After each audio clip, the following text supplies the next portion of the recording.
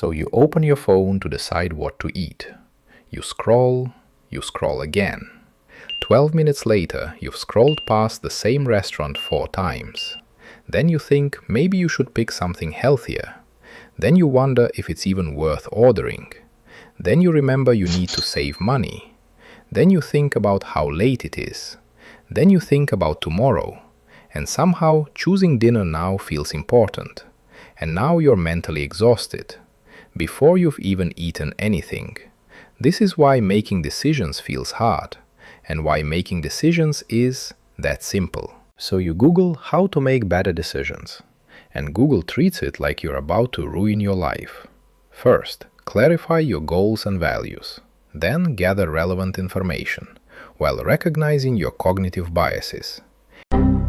Which sounds great if you're deciding whether to drop out of college, but you're trying to pick between 2 shirts. The problem is, the internet treats every decision like you're choosing a career. Meanwhile, you're choosing a toothpaste. Very carefully. Here's the thing no one tells you. Not all decisions are equal. Some decisions change your life. Most decisions don't. But they all feel the same. Choosing what to eat. Choosing where to live. Same feeling. Same overthinking.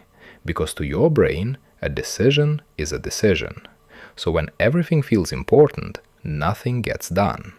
That's why you spend 40 minutes choosing a movie and then don't watch anything. That's why you research a purchase for 3 weeks and still feel unsure. That's why you have 14 tabs open right now for something that costs $12. You're not bad at making decisions. You're just using a big decision process for everything, including toothpaste, sandwiches, and the exact same shade of white. So here's what actually works. Before any decision, ask one question. Can I undo this? The only hard part is noticing which things are actually undoable. Spoiler, it's most of the small stuff. Lunch place? You eat again tomorrow. Netflix show? You can stop watching. Shirt to buy? Returns exist. Online course? You can drop it. But we still act like these are permanent. Reading Amazon reviews for a $12 notebook like it's a life decision. Texting the same which dress photo to 3 different people for one party. Spending more time reading best gym near me reviews than actually going to the gym. If you can undo it, it's not a life decision. Just pick one and move on. Okay, but what about the stuff you really can't undo? The tattoo, dropping out, saying I love you and meaning it. Those deserve actual thinking time, just not a 9-step framework.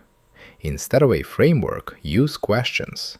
First, what's the worst that could happen? Second, could I live with that? If yes, choose and move. If no, go get more information, then ask again. Reversible decisions, don't spiral. Pick. Irreversible decisions? 2 questions, then move. Ever stood between 2 checkout queues trying to figure out which one's faster? And while you're calculating, both queues move.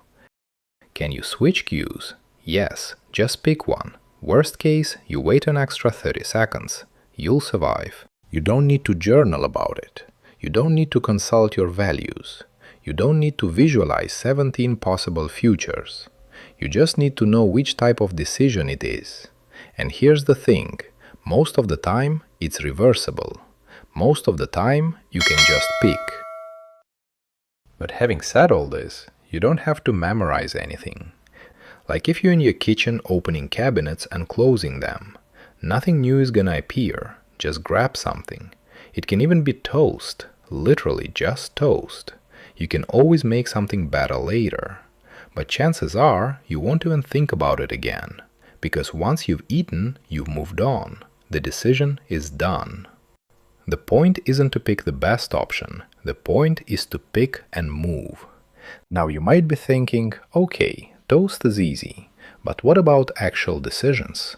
Like whether to sign up for that class, or whether to text them first, or whether to take that internship. These feel heavier, like they actually matter. But you can drop a class in 2 weeks. You can send a second text if it gets weird. You can quit an internship. People do it all the time. They just feel permanent, and people treat them like they're choosing a life sentence. And then they still don't decide. Instead, what you actually do is ask one question. And the annoying part is, you already know what can't undo feels like. You just don't trust it, because if you pick wrong, you might regret it. And your brain treats regret like it's a permanent stain on your record, so it stalls. Because you can't regret a decision you never made. You can only regret the 6 hours you spent thinking about it, which for some reason doesn't count. So here's what you do when it's still looping. You stop asking, which one is best? And you ask a question your brain can actually answer. What's my minimum?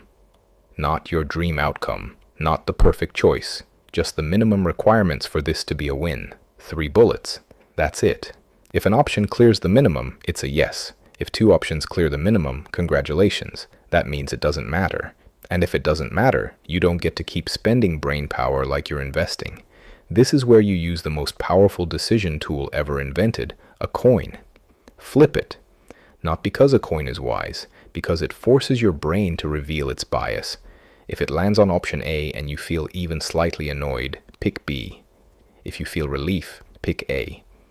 If you feel nothing, then you truly don't care, so just obey the coin and move on with your life. Because the goal isn't never regret anything. The goal is make choices, get data, adjust. That's literally how every competent person operates. They don't have better decision making, they have faster recovery. Anyway, if you're watching this, you're probably one of the nerds who likes systems more than speeches. So welcome, I'll be collecting donations in the form of subscribes to fund the next video.